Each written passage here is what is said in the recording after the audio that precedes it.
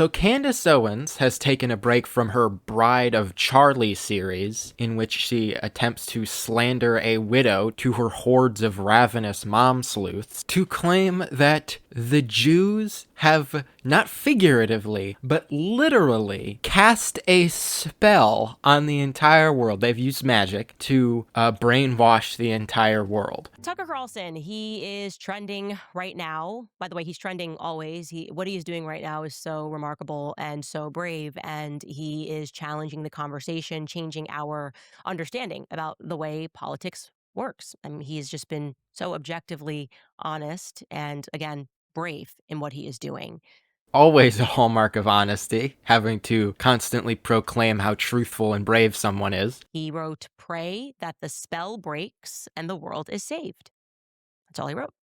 Of course, we should pray. What is triggering them about that? Look at what she does. She says, why are people upset about this? You know, of course we should pray. The people aren't upset about the praying part, Candace. It's implying that, you know, are brainwashed and need to be woken up from a spell. Also, where did this idea that Israel is like this amazing propaganda machine come from? They are so bad at rhetoric, they can barely convince their own people while missiles are falling on them that they are the good guys. And I seem to remember a very popular right-wing content creator writing a whole letter about that. Whatever happened to that guy? I feel like he never makes videos anymore. I think I know. I think it's the term, a spell. Yeah, a spell, because a spell implies some sort of witchcraft or magic is at work. And the timing of this tweet really is something, because I have had it on my heart and on my mind all weekend to find the right words to convey to my audience that what is going on in this world is literally and exactly that. People that practice occult magic are in this moment pushing for World War III. Or that, Candace. It could be that.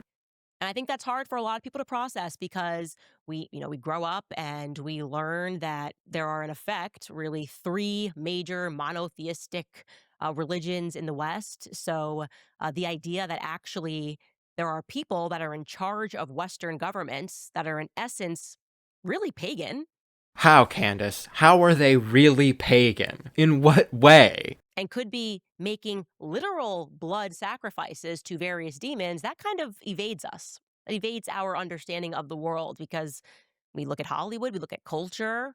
Hollywood in particular has been ever intentional in assisting sort of the implausibility of such a narrative, right? Movies, books that are published, if they delve into the topic of witchcraft and spell casting, it's reserved really for the category of fantasy. No shit, Candace. Typically, magic and witchcraft and sorcery and dragons and whatnot tend to be limited only to fiction. And on the matter of science, even when it's in our faces, like when the world's leading nuclear physicists are caught, cloaked before a statue of Shiva, stabbing a woman in an occult ceremony for CERN, well, you guys, that's just science. That right there that you are looking at on your screens was science. So, so Candace, so, so Candace, so Candace,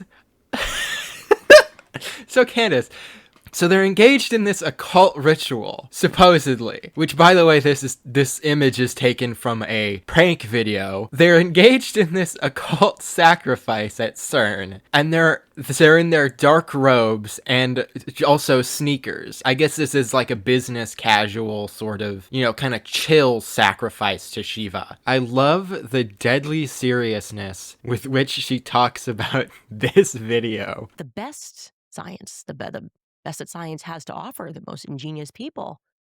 And indeed, I would agree that it's modern science. In fact, the entire thrust of what was deemed the scientific revolution, a move away from the natural order of things and towards empiricism, rationality, that began because of a long organized Freemasonic effort to remove humanity from our innate spiritual understanding. No, Candace. It was a long-standing effort by Christians and other religious people to investigate the natural world because it was made by God and they wanted to know more about it. That was the origin of science.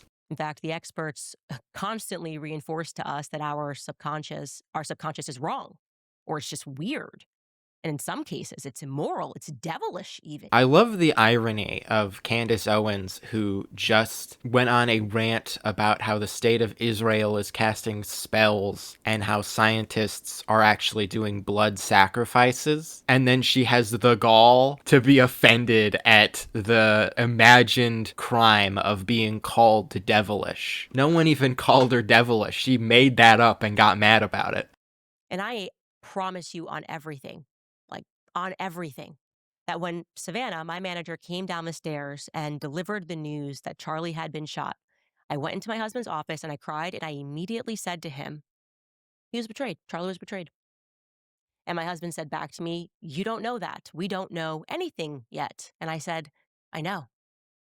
Now, empirically, that argument fails. I get it. But no one can explain why or how I had the sense of dread in the very week leading up to Charlie's assassination. No one can offer why I knew that there was danger coming specifically to a school.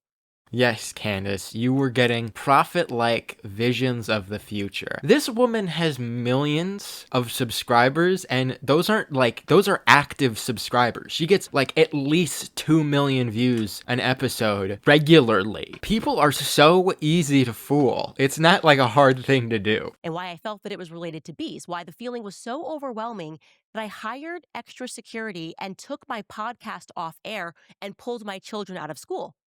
I had never experienced a dread like that in my life, ever. It's also convenient, Candace, that no one can fact check you on that. We just have to take your word that you felt that way. No one also can explain or even offer an explanation as to how exactly it is that Charlie knew he was going to die young and that his death would specifically be related to Turning Point USA. He said he knew from the moment he signed on the dotted line that he was going to die young. Well, I mean, a highly controversial political commentator in a increasingly volatile political world probably could have maybe predicted if he was going to die young, it would be related to his politics. I mean, it's not exactly a 1,000,000 to 1 chance. She then moves back to the occult. The Star of David, as they term it, is in fact an occult symbol meant to represent King Solomon's ring. There is no way that you can avoid this. There's no way that they can try to rewrite history. It is quite literally known as the Seal of Solomon. I'm going to show you this. This is on Wikipedia. This is that accessible. We can read parts of this together. It reads, "It is often depicted in the shape of either a hexagram or a pentagram. In mystic Jewish lore, the ring is variously described as having been given to Solomon, having given Solomon, the power to command the supernatural. Due to the proverbial wisdom of Solomon, it came to be seen as an amulet or a talisman or a symbol or character in medieval magic and Renaissance magic, occultism, alchemy." Ladies and gentlemen, this is literal witchcraft. Candace, there's another symbol typically used in occultism, even satanic imagery. It could be seen as, it's an inverted cross, but the origin of the inverted cross is the cross of St. Peter, who was crucified upside down, because he didn't feel he was good enough to die in the same way Jesus had. It's a Christian symbol. Either way, all of Candace's shows are live, but this one had some minor technical difficulties that delayed it about 10 minutes, and her audience didn't take it very well. What the fuck just happened? What? Looks demonic. All demons are coming out. YouTube editing our live streaming? What is happening?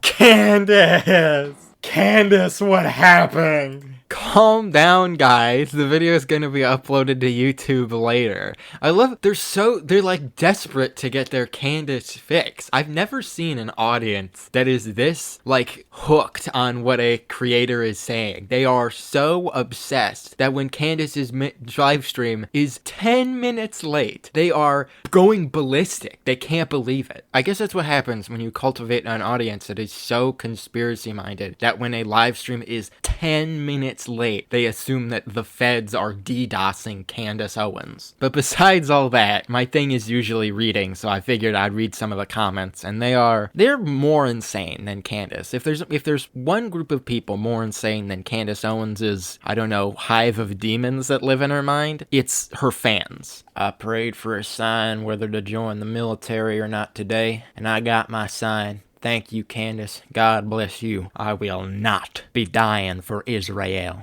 You see what I'm saying? Like, how obsessed with a person do you have to be that when they upload a YouTube video, you see it as a sign from God? Both Trump and Erica's behavior immediately after Charlie died bothered me to my core. Right, but not Candace's behavior. I believe that people within that company betrayed Charlie. That didn't do anything for you? No nation is worth your child's life. No ideology either. What? What? This is kind of off topic, but I hate catch-all terms like this, like, no ideology or nation is worth your child's life. Well, a couple things on that one. First of all, like, it's so unnuanced. Like, I hate, no this is worth that. There's some this that is worth that. It's like that quote that's like, no war, no matter how justified, is not a crime.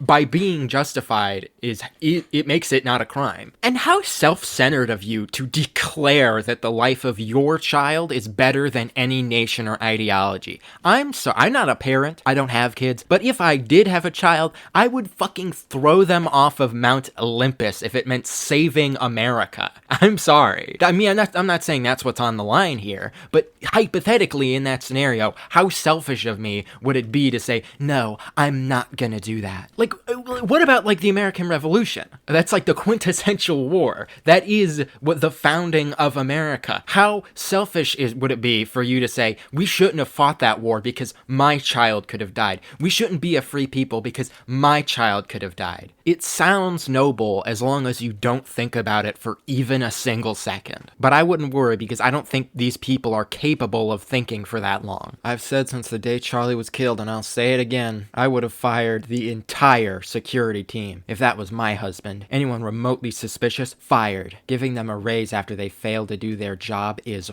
wild. You know that if she did fire them, the theory would be, why did she fire her entire security team? Her husband was just murdered. Do you think she would want extra security? Why would she want to get rid of them? Why would she want to get rid of them? It seems weird. I have Israel fatigue. Maybe if you have Israel fatigue, you should stop watching a woman who only relates everything back to Israel. The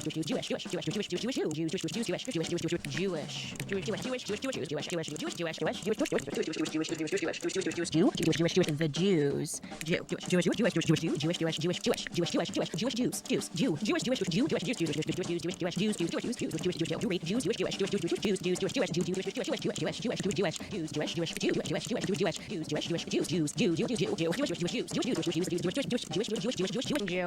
Who the hell convinced people that being an American meant dying on foreign soil? Well, historically speaking, it was that notorious anti-American neocon Thomas Jefferson who got us involved in the First Barbary War, America's first forever war, which lasted 14 years. They always say shit like this. Like, you know, what would George Washington have to say about wars in the Middle East? Well, fucking Thomas Jefferson was the first American to fight a war in the Middle East. Technically North Africa, but in this case, close enough. Which wasn't an isolated incident, by the way, because we got involved in a second Barbary War, which led, not right away, mind you, but led to the eventual end of Barbary raiding altogether. That's just about all I can take of Candace and her fans and her mom sleuths. So I think I'm done.